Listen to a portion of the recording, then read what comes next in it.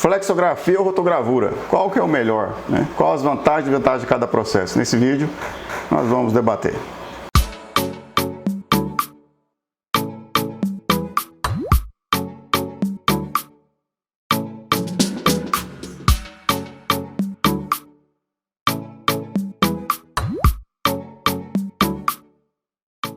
Olá, meu nome é Fernando Canizawa e hoje é o nosso primeiro vídeo aqui do canal Flexografia Descomplicada. De repente você é um parceiro já de mercado, um parceiro, um colega de profissão, ou de repente você é um comprador de embalagem, dono de uma fábrica, ou que trabalha com uma empresa que compra embalagem, né? A ideia do canal é sanar as dúvidas, esclarecer bastantes pontos aqui. Bom, hoje a gente vai falar da diferença de flexografia e rotogravura, né? Realmente a rotogravura há um tempo atrás, até pouco tempo atrás, né, alguns anos atrás, ela tinha um patamar de qualidade muito alto e a flexo muito atrás, né? E hoje essa disparidade é bem pequena, né? Lógico, né, ainda tem, a roto ainda é melhor em vários aspectos, mas a flexografia também evoluiu muito, né? A gente pode pegar aí o investimento, né? Foram feitos vários investimentos, pesquisas, né? Por exemplo, dos fabricantes de chapa, aqui falando em ordem alfabética para não ter parecendo que a gente está privilegiando um ou outro, né? A Dupont, a Flint e a Macderm. E também tem a Kodak. A Kodak não está em ordem alfabética porque é um processo de gravação diferente. Enquanto a Flint, a Dupont e a Macderm, ela é gravada em camada lã. A Kodak NX, né, a chapa da Kodak é gravada no sistema Kodak NX, é um sistema um pouco diferente. É gravado primeiro num filme chamado TIL, depois transferido para a chapa. Então a gente vai fazer um segundo vídeo falando sobre isso, as diferenças, as vantagens, né, entre você ter uma gravação digital e a gravação no Kodak NX. Ambos os processos, a roto quanto a flexo, né, são muito parecidos. Eles comercialmente concorrem em vários nichos, né, de mercado. São os principais processos de impressão para imprimir filmes flexíveis, né. A roto, eventualmente a flexo não consegue concorrer num nicho que são grandes toneladas, mas a roto não entra no nicho que a flexo às vezes atende clientes com pedidos pequenos, né? Isso não é viável na rotogravura, mas de uma forma geral concorrem em praticamente todo segmento.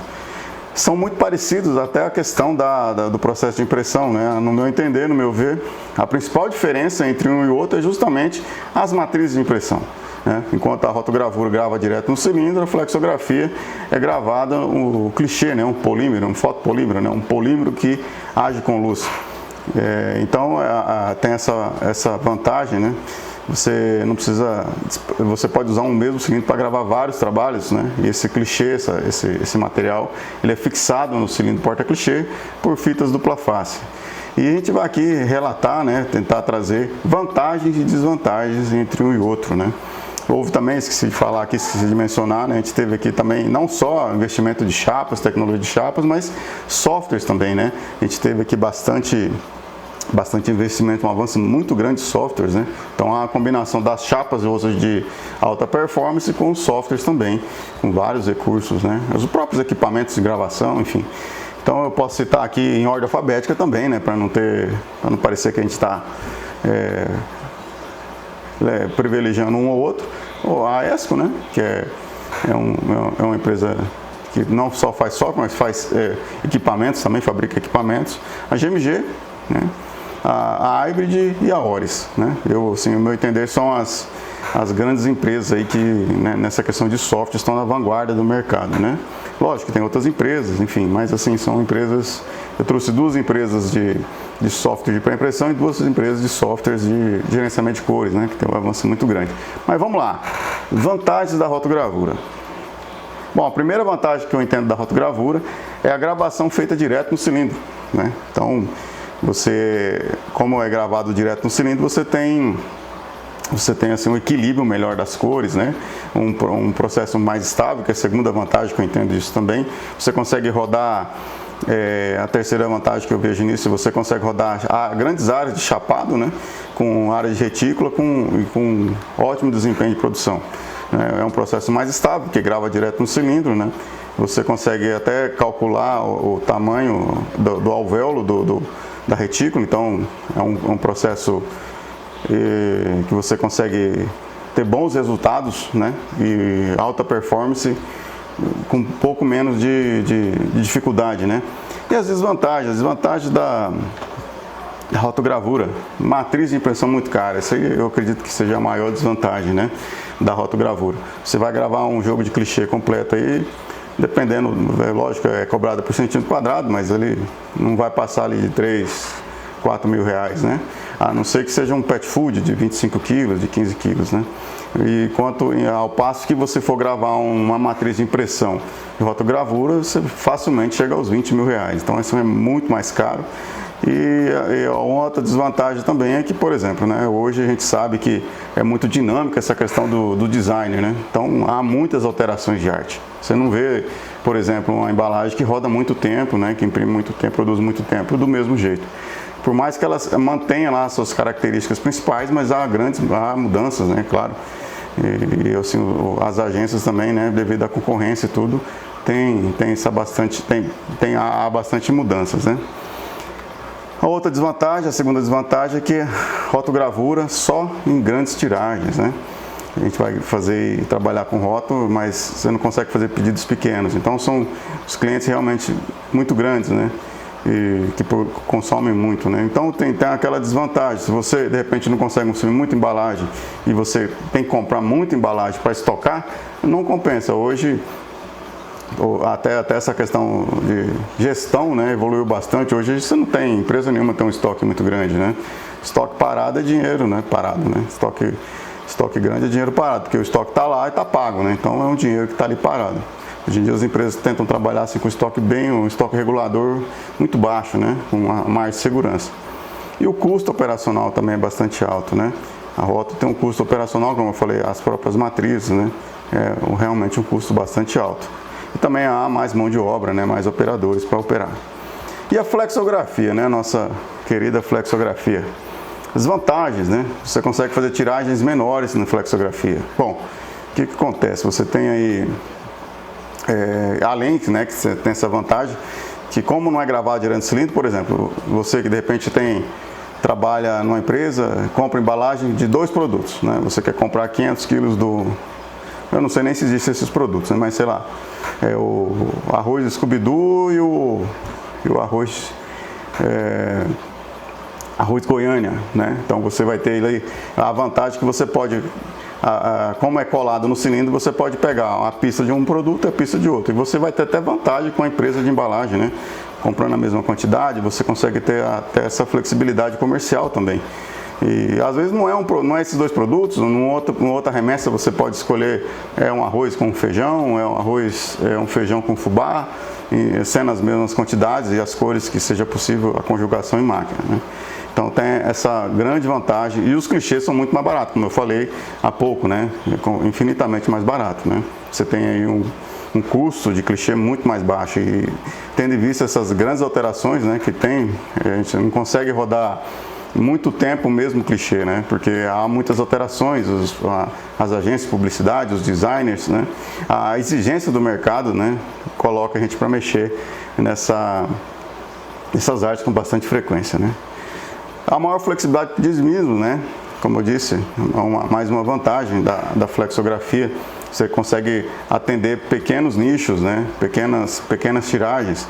Ainda mais você tendo essa possibilidade de conjugar com outros pedidos. De repente, na fábrica, às vezes não é nem o mesmo cliente, né? Roda um produto de um lado, roda do outro, às vezes roda até mais pistas, né?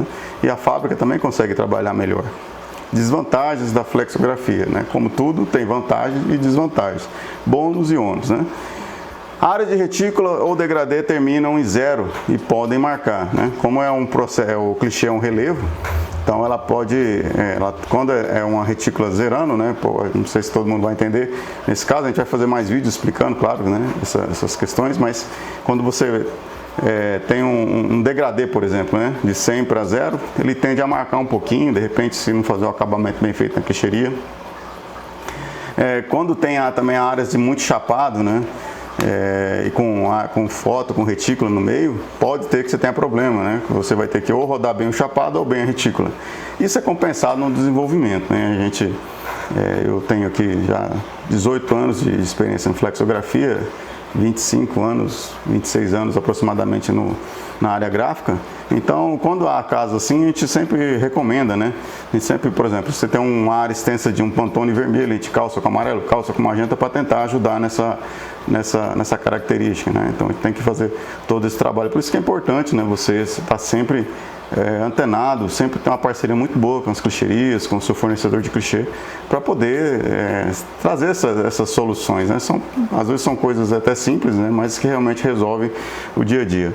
E o ganho de ponto, né? A flexografia tem um ganho de ponto maior, né? A rótula praticamente não tem ganho de ponto porque, como disse, é gravado no cilindro, é direto do cilindro, né?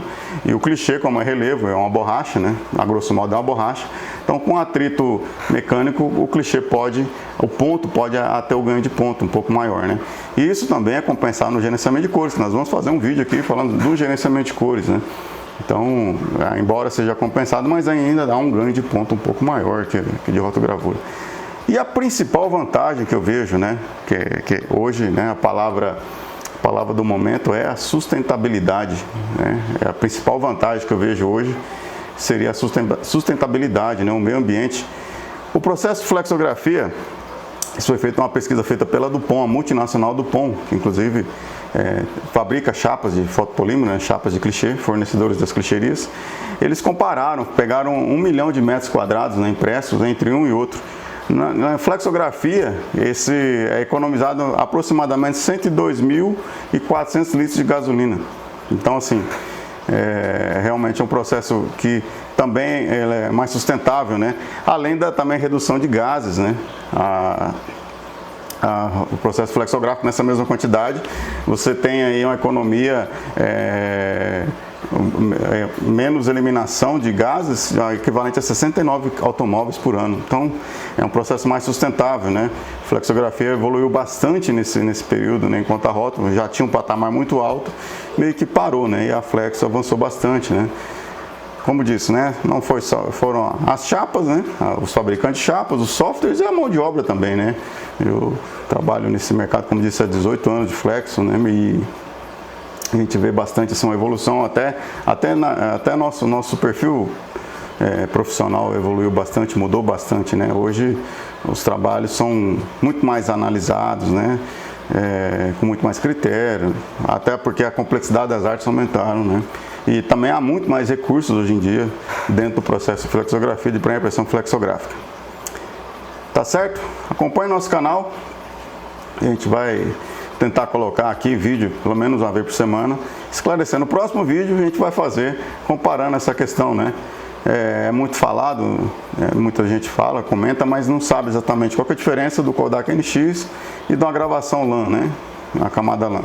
Eu falo aqui da Dupont, Flint e Maquiderm, que são as principais fornecedoras de chapa. Eu, particularmente, não vejo diferença absolutamente nenhuma entre um fornecedor e outro, né? Lógico que tem mais fornecedores, mas para mim essas três chapas, né? Dupont, Flint e Maquiderm são as tops do mercado. Eu não vejo absolutamente diferença nenhuma, nem em condição de clichêria, nem em condição de cliente, né?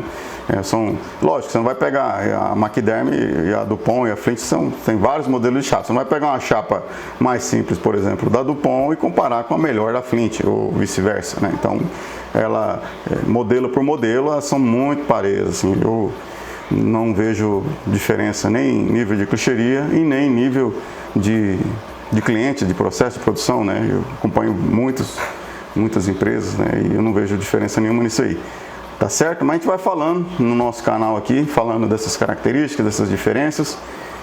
E eu te espero no próximo vídeo. Tá joia? Muito obrigado.